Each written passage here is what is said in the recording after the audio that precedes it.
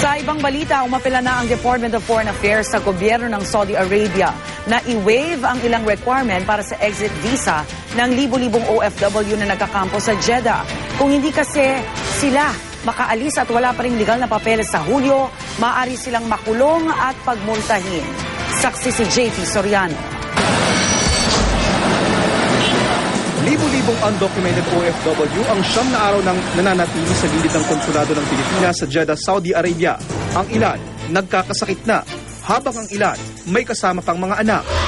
Yun, sobrang init. Lamok, langaw, alikabok.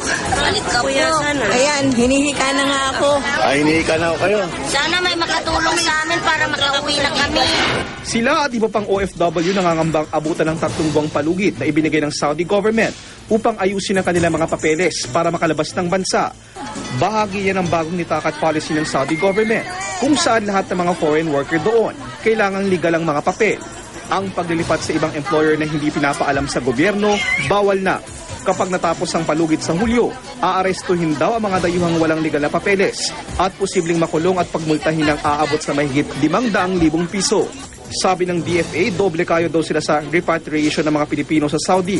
Pero bago maisyuhan ng exit visa, kailangan muna nilang magbayad ng immigration penalties at makakuha ng tinatawag na no objection certificate. Maaari lang nila itong makuha sa kanilang employer na nakasaad sa kanilang residence card. Ang problema, karamihan sa mga Pilipino tumakas sa orihinal nilang employer at marami ring employer ang ayaw na raw makipagtulungan. Hindi po kayo pinapakain, tumakas kayo. Opo.